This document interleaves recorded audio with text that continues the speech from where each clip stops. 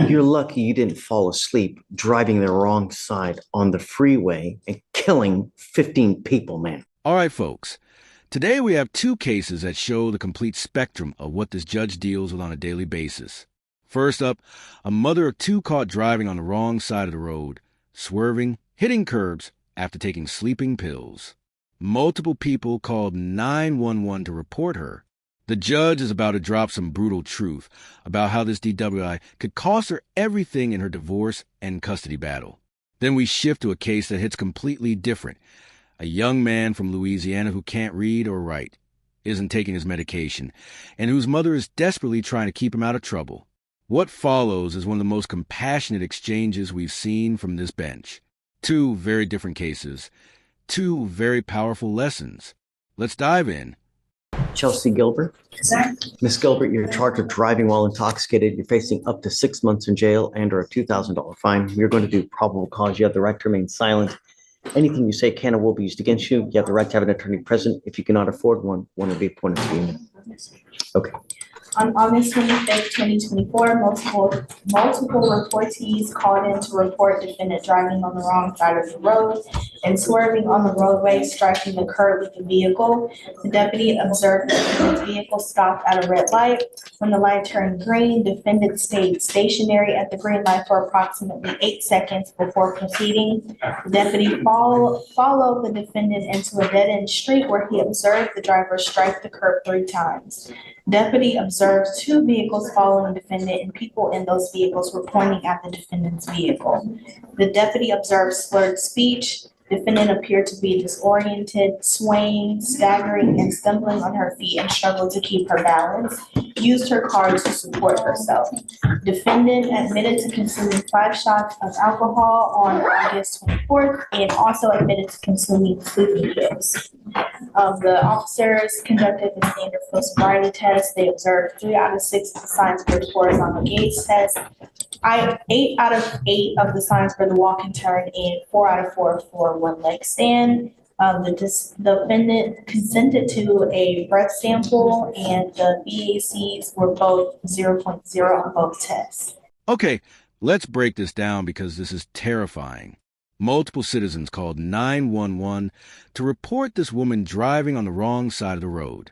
She was swerving, hitting curbs. She struck the curb 3 times in a dead-end street. She sat at a green light for 8 seconds without moving. When officers made contact, she was slurring, staggering, using her car just to stay upright. She failed virtually every field sobriety test.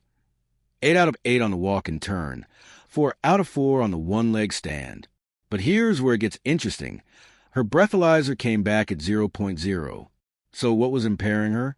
She admitted to 5 shots of alcohol the night before, plus sleeping pills. This is why DWI isn't just about alcohol, folks. You're telling me that she admitted to taking sleeping pills and then gets into a car and drives? The blood search warrant was subsequently executed. You don't have that yet, do you? Do we have the blood from it? No. You're lucky you didn't fall asleep driving the wrong side on the freeway and killing 15 people, man. I'm finding probable cause to go forward with your case. You have a Texas driver license. Guys, can you run in a criminal history search? What other criminal history? Does she have any prior DWIs? Any other criminal history? She actually has a recently eligible. She has a what? She's eligible to drive. She had a prior suspension for failure to gear since the night renewal, but it got lifted 8 days ago. I think I'm going to put an interlock on Miss Gilbert. I'm ordering you as a condition of your bond not to drive any vehicle that doesn't have an ignition interlock on it. If you're caught driving a vehicle that doesn't have an interlock, you will go to jail. We will not give you any more PR bonds. I'm ordering you now not to consume alcohol or illegal drugs. I will randomly test you like crazy. If I find that you're using anything whatsoever, into jail you go, no more PR bonds.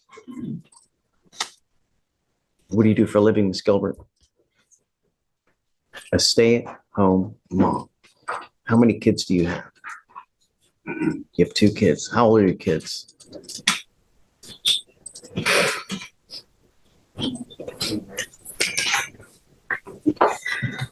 Through a divorce. Going through a divorce. My husband.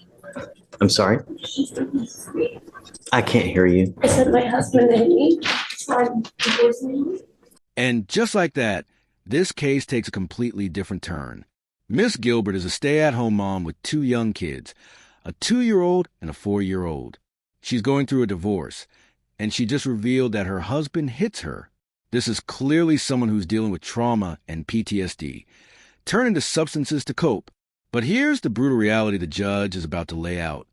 No matter how sympathetic her situation is, this DWI is now a weapon that can be used against her.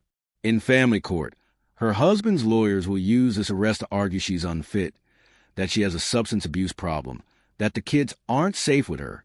The very thing she's trying to escape from could end up costing her everything. You say he left you? Oh, he hits you. Punches me. If you have trauma, if you have PTSD, this is not the way to take care of it. Because I'm going to tell you that if you are truly divorcing your husband, what do you think he's going to do with this DWI? He will use it as leverage to take the kids away from you, right? Right. Do you think that this is going to help? They're going to use every advantage they can to take the kids away, saying that you have a drug or alcohol problem. And, whoa. So, if you truly like and love those kids, then you need to be aware of your conduct and to be more careful. Do you understand? Would you like me to appoint your lawyer today, ma'am? I will appoint your lawyer, but I'm absolutely serious. If I find 1 iota of alcohol or any kind of dope, into jail you go. And I'm telling you, if you're in jail, who's going to watch those kids? Consider that when you're out there in the free world, because I need you to fill out an application for an appointed lawyer for me. So let me ask you this. Do you have a Texas driver license? Do you have valid liability insurance in your name? Are you sure? My dad has a car, but my name is on the insurance. Okay, I want to verify that before we do. So when you get with your lawyer, I want to verify today before you leave here that you have actual insurance in your name. If you do, then I'll allow you to drive. If you don't, then you're not allowed to drive until you get insurance. You understand? All right, deputy's going to give you an application. I'm going to have you sign a reset with Victoria. You'll meet with Rachel, and then I'll have you go to the jury box, man. This is a reality check that could save this woman's life and her relationship with her children. The judge is being incredibly direct. If you're in jail, who's going to watch those kids? Every decision she makes from this point forward will be scrutinized in family court. The conditions are strict. Ignition interlock on any vehicle she drives. No alcohol, no drugs, random testing. 1 violation and she goes to jail, loses her PR bond, and potentially loses her kids to the very person she's trying to escape from. The judge isn't being cruel. He's showing her exactly what's at stake.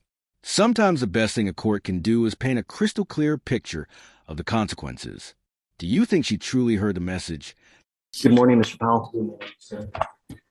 Mr. Powell, you're charged with interference with the duties of a public servant. You're facing up to 6 months in jail and or a $2,000 fine. We're going to do probable cause. You have the right to remain silent. Anything you say can or will be used against you. You have the right to have an attorney present. If you cannot afford one, one will be appointed to you, sir. Okay. On August 23rd, 2024, in Harris County, Texas, officers were dispatched to the Marquis in regard to a trespasser who refused to leave.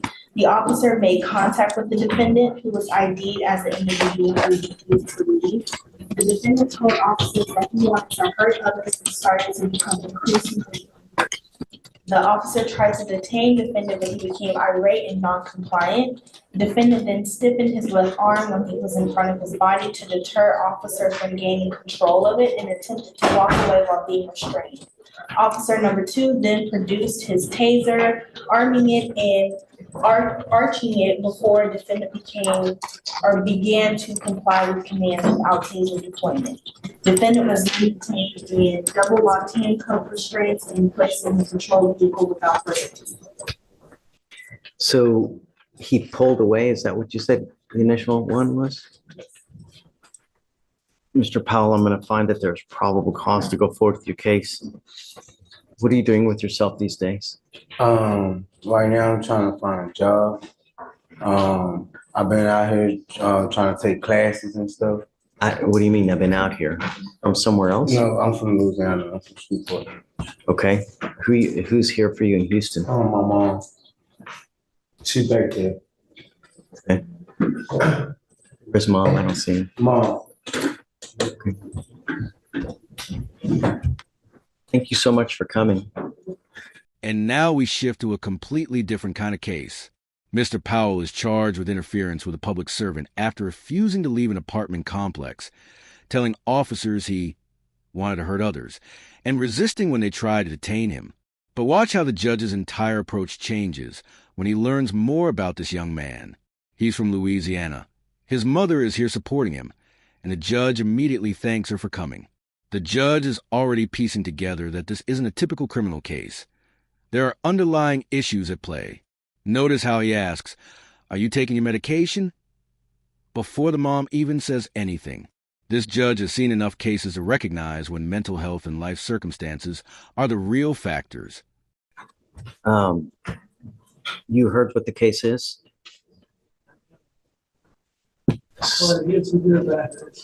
Would you like me to read it again? Yes, sir. Okay. Would you please? And speak a little bit louder. On August 23rd, 2024, in Harris County, Texas, officers were dispatched to a apartment complex in regard to a trespasser who refused to leave.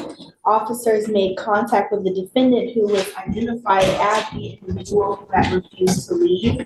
The defendant told the officers that he wanted to hurt others and started to become increasingly angry. Officers tried to detain defendant, but he became irate and non-compliant. Defendant stiffened his left arm while it was in front of his body to deter officers from gaining control of it and attempted to walk away while being restrained. Officer number 2 then produced his taser and arming it before the defendant began to comply with the commands without taser deployment. Defendant was then detained in double-locked handcuff restraints and placed in the patrol vehicle without further incident. What complex is this? Is this where you live or a different complex? Okay. Don't go back. Yes, sir. If you go back, nothing good is going to happen. They're going to see you. They're just going to harass you even more. You know what I mean? Yes, sir. It's just not worth it. Yes, sir. Where do you guys live now? So right now, we have a more. Okay.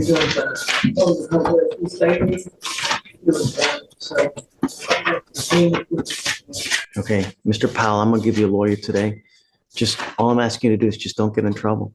Yes, sir. Are you taking any medication? Are you supposed to be taking some? Yes, sir. Are you doing it?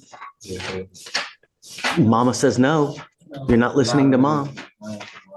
When mom ain't happy, ain't nobody happy. You get my drift? And if she's not happy, I'm not going to be happy.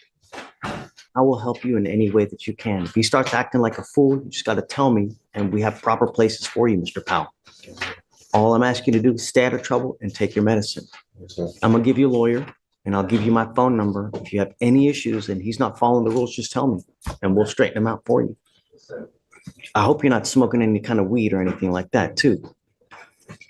Mom, is he smoking weed?